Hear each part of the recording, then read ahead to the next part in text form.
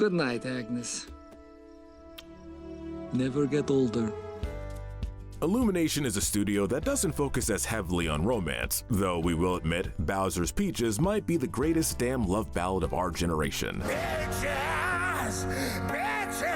Still, the studio often focuses on friendships, or our subject for today's video, the relationship between parents and their children. From fantastic moms and dads to people that probably shouldn't have ever become parents in the first place, it's time to see which Illumination parents are top tier. Today, we're taking a mature look at these dynamics and see what they tell us about the parental love and traumas that exist in the real world. Hey guys, I'm Brad with Wicked Binge, and this is Illumination Parental Relationships, Healthy to Toxic. These relationships are the healthy. Getting the gold medal of healthiness is Cindy Lou Who and her mother, Donna Lou. In many ways, they were one of the highlights of Illumination's The Grinch, due to how sweet and wholesome they are. Being a single mother of 3, Donna works hard to not only provide for her kids, but also be there for them in general. Even when she's tired from working as an overnight hospital nurse, she still talks with her kids, make them proper breakfast, and do Christmas activities. She's patient with Cindy specifically, as seen when Cindy tries to go to the North Pole. Instead of simply telling Cindy she's not allowed to go, Donna uses kid logic to talk her out of leaving. Thankfully, Donna's efforts to be a good mother don't go unappreciated, with Cindy's main goal of the movie being to ask Santa for something that could truly help her mother so she isn't so exhausted all the time. When that venture doesn't work out thanks to the Grinch's scheme, Donna tells a disappointed Cindy that Christmas is more than just presents. She also thanks Cindy for always trying to help her out with her workload, telling Cindy that she's the best thing that ever happened to her, and making it clear how proud she is. Like we said, wholesome, and easily the best parental relationship from Illumination. For our silver medal of healthiness, we're giving it to Rosita and her mini piglets. Similar to Donna, Rosita has a lot on her plate, taking care of nearly 24 piglets every day while her husband goes to work. As tiring as this may be, she's got the whole thing down to a science, taking care of her children in a very effective way while also showing them plenty of love. She even makes a machine to take care of her kids while she's practicing at the Moon Theater, showing just how much she cares about her well-being. They're little kids, but the piglets don't always notice their mom's efforts and will sometimes do things that tease her about her singing or pretend to be sick so they can stay home from school. In both Sing movies though, it's still shown how much they support their mom and how they always cheer on her performances. The bronze medal of healthiness goes to Gru and his daughters, Margot, Edith, and Agnes. This family of 4 didn't get off to a good start, with Gru being annoyed with the girls, seeing them as simple tools for his scheme. Sensing this, Margot and Edith were snarky and disrespectful towards Gru, causing some additional friction. Even if Agnes warmed up to her new father almost instantly, it took the rest of her family a little more time before they truly started to bond. After that, Gru showed he can be a good dad once his heart was in it. Amusement park trips, tea parties, and even giving up the moon for them. This naturally extends to the other Despicable Me movies, where we get plenty of sweet father-daughter moments. Thank you, Gru Tinkerbell. You're the best fairy princess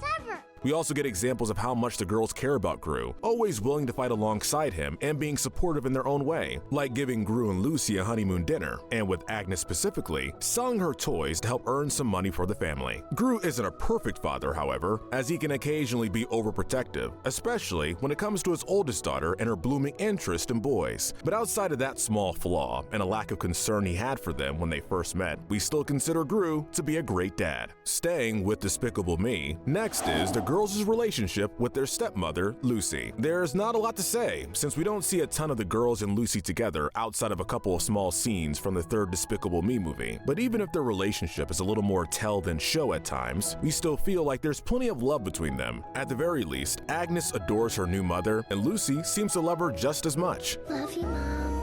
Lucy, just like Gru, will also do whatever it takes to keep her daughter safe and will gladly face whatever danger comes her way to protect them. As for flaws, she did admittedly struggle when it came to Margot, with Margot being closed off towards her and Lucy trying different mothering strategies to try and fix this. This accidentally led to a misunderstanding between Margot and a boy from the annual Fredonian Cheese Festival, though Lucy fixes the situation and stands up for her daughter, which Margot is grateful for. While there is still room for improvement, we feel the girls and Lucy already have a good foundation. Next, we have to talk about the relationships between Mario, Donkey Kong, and their fathers. We discussed these relationships in our Super Mario Bros. Movie Healthy to Toxic video, where we placed them in the gray area, but we decided to cut a little slack and move them up to the good tier. Mario's father is shown to be concerned about his son's choice to quit his well-paying job and start a business of his own, saying that Mario was nuts to do so, and that his potential failure was dragging Luigi down with him. This is harsh to say, but it's not uncommon for an old-school dad to want their son to take a safer career rather than take a huge risk. Still, he could have been more compassionate. We learned during the scene in The Giant Eel that these comments do make Mario feel like his father only sees him as a joke. As it turns out, Donkey Kong feels a similar way regarding his dad, given how much Cranky disapproves of his showboating and is often chiding Donkey for just being himself. In Cranky's defense, we tend to agree with him a bit more because Donkey Kong is, well, a bit of an obnoxious idiot. Still, he could have done more to find common ground. Eventually, these two relationships are able to make a turnaround. We see Cranky be concerned about his son when Donkey and Mario get blasted off Rainbow Road,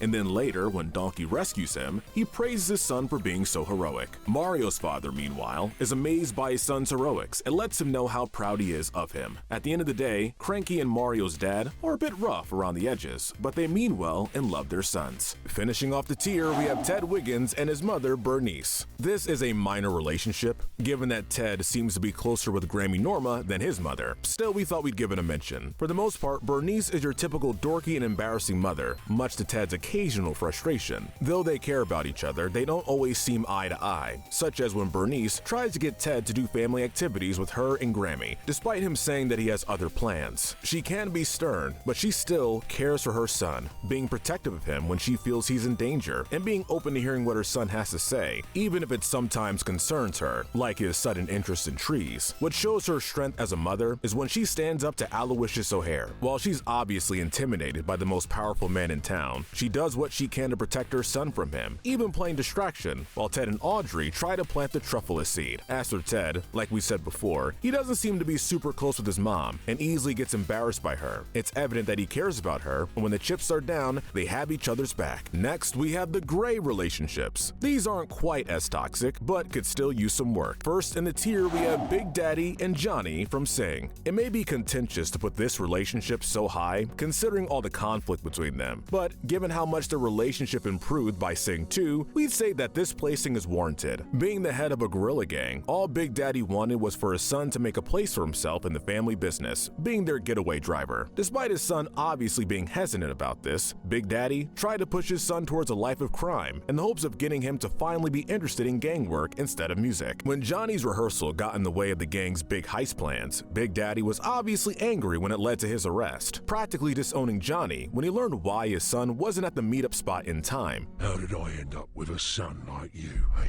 Thankfully, once he saw how passionate Johnny truly was about music and performing, Big Daddy became proud of him, and even broke out of jail just so he can properly apologize to him. In the second movie, his support hasn't faltered when he drives all the way to Red Shore City to provide security for the Moon Theater Troupe's big performance, as well as to cheer on his son. They may only get a couple of scenes together in the sequel, but these brief scenes show just how strong Big Daddy and Johnny's relationship has become. Next is Mr. Bunny and E.B. In some ways, Mr. Bunny is similar to Big Daddy, and that all he wants is for his son to continue the family business. Given how important Easter is, we can certainly understand his side. Unfortunately, they end up bickering a lot over this point, with Mr. Bunny considering the pursuit of EB's drumming dreams to be selfish, and telling him to get rid of the drums and get his priorities straight, which in turn prompts EB to run away. Thankfully, Mr. Bunny feels guilty when he learns that his son is gone, and becomes even more distraught when he believes that EB is dead. EB also feels guilty about abandoning both his family and his new friend,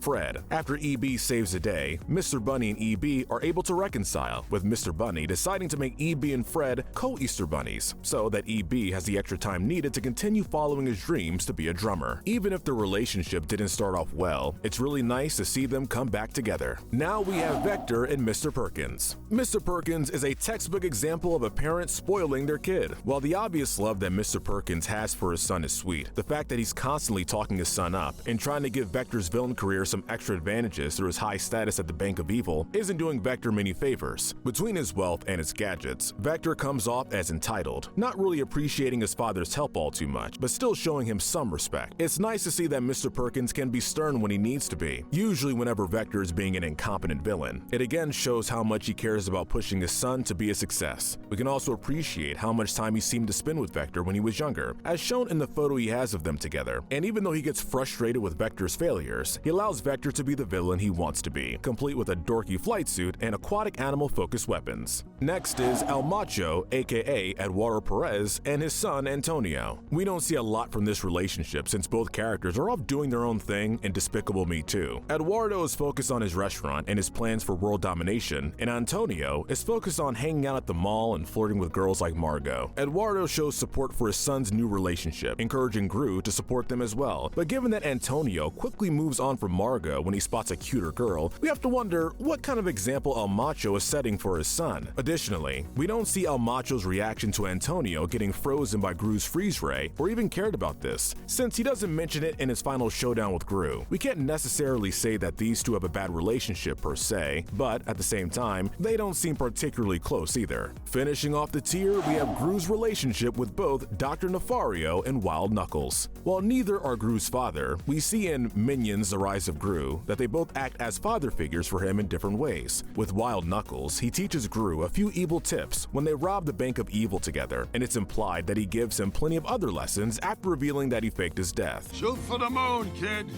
Shoot for the moon. Wild Knuckles also bravely faces a fire-breathing dragon to save Gru's life. That's a lot of dedication to a kid he just met. As for Dr. Nefario, he was friendly towards Gru when he showed up for his Vicious 6 audition, being the only person who didn't look down on Gru for being a child. Nefario even protects Gru from the team's wrath, choosing to look the other way while Gru makes his escape with the Zodiac Stone. And of course we know that he chooses to be Gru's personal assistant. They both prove to be good guardians when necessary, but they obviously aren't perfect. After all, Wild Knuckles originally held Gru for ransom, even threatening to kill him before eventually deciding to let him go. Dr. Nefario, meanwhile, would betray a now-adult Gru a couple of times. He called Miss Hattie to prompt the return of the girls, as well as briefly going to work for El Macho. Those are big mistakes, but we feel that both Nefario and Wild Knuckles make up for them to keep their relationship with Gru out of the toxic tier. We finally arrived at the worst familial relationships. If you guys need an example of bad parenting, take a look at these guys.